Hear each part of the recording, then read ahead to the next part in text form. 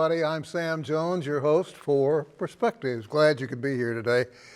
If you know of anyone out there who doesn't believe in public school teachers and support them, boy, are you, drop that person. Get rid of them, because I got to tell you, we ought to see badges with the word hero pinned on each and every one of them. I can't say enough good about the teachers and all the good that they do. Our guest today is Dr. Ebony Johnson, who's superintendent of the Tulsa Public Schools, and it's so good to have you here. Thank you, Sam. I'm glad to be here. First time you and I have had a chance to sit down and visit. Absolutely, but it's nothing like that first time, so I'm excited. Speaking of which, this is your first time to be a superintendent, is it not? Yes, it is. Absolutely. This is a new role for me. I've served in various roles in education, but absolutely first time as superintendent. I had a little stint of interim superintendent, and so now I'm serving as superintendent. I got to ask you, and I'm not trying to be political here, I'm just curious, when the state superintendent announced, after you were already appointed interim, that he was going to launch a nationwide search, how'd you feel about that? Yeah, I mean, I think that, for that information to come out that he had intentions on there being a national search was a little bit surprising, because I hadn't heard that at all from Superintendent Walters prior to him making that statement. But it's okay. I think that people are entitled definitely to their opinions of how a process should go. And if, the Tulsans really believe that they needed to go and do a national search for someone, I respect and support whatever our constituents believe was best. But I think our board spoke, and, because loudly. Absolutely. So, and because of that, I'm glad to be in the seat as superintendent. I got to tell you, I was very, very disappointed at that announcement. But to see the way not only the board, but the town itself rallied and said, hold on here a minute, just a minute. And I have a feeling the state superintendent went, whoa, what have I done? Well, I'll say that, very appreciative of a couple of things that happened leading up to that point. Board member Griffin, Dr. Griffin, had stated in a previous board meeting that, we probably should give her 3 years. We need to just go ahead and make her superintendent. So that kind of started a bit of the undercurrent and the conversation around me becoming the superintendent. Fast forward, I was very appreciative of our mayor, Mayor Bynum, for going public and saying, we support Dr. Ebony Johnson as superintendent. We support all of Tulsa Public Schools. Let's do the right thing for our schools and our young people and families. And so, having said that, that definitely gave quite a bit of momentum. And then to have board members to also concur that they would want to see me in this leadership role, and they believe that I can carry the district in the right direction, was very affirming. The state superintendent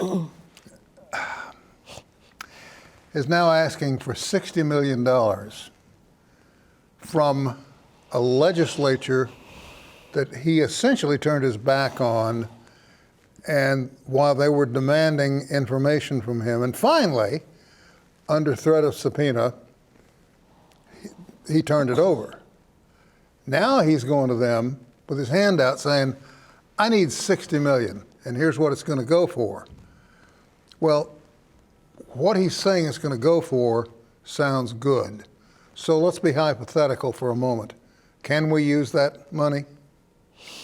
Well, I'll say that I'm sure I'm speaking on behalf of both Tulsa as well as the state and all the other superintendents, and say that we won't ever shy away from getting additional sets of supports that's going to move our students in the right direction.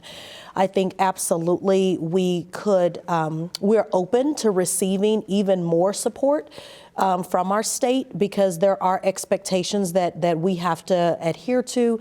As you know, there's more conversation around accreditation being linked to student outcomes. And so more and more, as a superintendent and other superintendents, we're definitely going to work hard in meeting those expectations, but also opening up our minds and ideas around how we can actually get this done, because the work is hard. And so if these dollars can be used to to support us in meeting the expectation that we anticipate with the state, then we definitely are open to getting the additional support. There are a lot of children in public schools that essentially, if it weren't for school, the public environment would go to bed hungry every night. And that's a very unfortunate situation. Then at the end of the school term, they're facing a cutoff of meals. Is that going to be approached by your administration? Absolutely. So we have provided summer feeding programs for our students for quite some time, for some years. We're not going to stop that. So this won't be cutting into it? This will not cut into our students in Tulsa Public Schools' ability to continue to be fed. We're going to ensure that dollars are allocated through our budgets and through the work that we do with our summer feeding program, our after-school feeding program, to ensure that our students continue to have meal opportunities. We also have partnerships with the Food Bank of Eastern Oklahoma and other partnerships, Hunger Free Oklahoma, where we take students eating and being fed and having nutritional needs met very serious. So we're going to continue that work. Tulsa Public Schools and a number of other sites have been taken off the so-called watch list. And I really resent that term, watch list, because it sounds as though folks like yourself aren't doing their job, when in fact you are. You're doing the best you can with what you got to work with. And you've got to work with all the balls in the air and then work with the children. Being taken off that watch list, though, sounds like a sort of an apology. Does it seem to you like maybe we've made peace with the state superintendent? Well, I'll say that, we know how important it is to put our students first and to ensure that if, in fact, the state superintendent, Superintendent Walters, as well as the board, has our students' best interest at heart, they want to see our students thrive and do well. We want that exact same thing.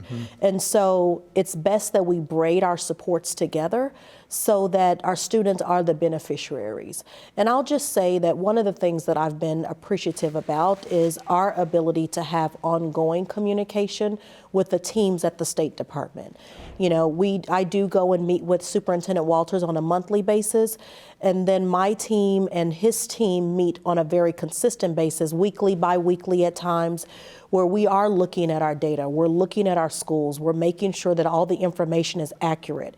And I'll say that I'm very proud of our schools for doing what they knew to do, which was teach students, track data, make sure we're communicating with families, making sure students are getting interventions and getting the supports that they need. So as a result, we have seen that those schools have shown improvement. So glad that the State Department was able to look over our schools again and really look over the data with a more fine-tooth comb, and then give us that information that's accurate, which is 12 more of our schools are not on the designated list. I got to tell you, Dr. Johnson, I'd love to be a fly on the wall sometime and just sit in on those conversations. I'd love to be able to hear how that goes.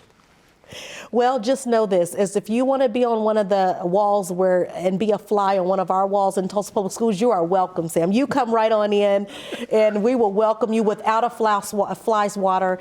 You would be welcome. And so, again, the conversation centers around what do we need to do to ensure that our schools have the accurate information? What do we need to do to ensure that we're staying laser-like focused on moving the needle for our students? When our state superintendent gives the information out there that we're not happy with how things are going with our students' level of proficiency or lack thereof, we're not happy either. So we want to actually see our students move, but we also have a lot of factors that come into play that pose challenge for us. And so we're just working through those challenges. We are staying very laser-like focused. We call ourselves the constant. There's a lot of variables happening around us on a daily basis, but it's truly important that we stay very laser-like focused on what's in front of us, which is moving our students to where they can be. Let's do this. Keep our number and my name on your Rolodex or whatever you use. Absolutely. If we can help, if there's anything we can do on our end to assist you and the system, call me. Thank you. and we'll take the ball and run with it, okay? Thank you. I welcome that, and I appreciate that olive branch being sent off to Tulsa Public Schools.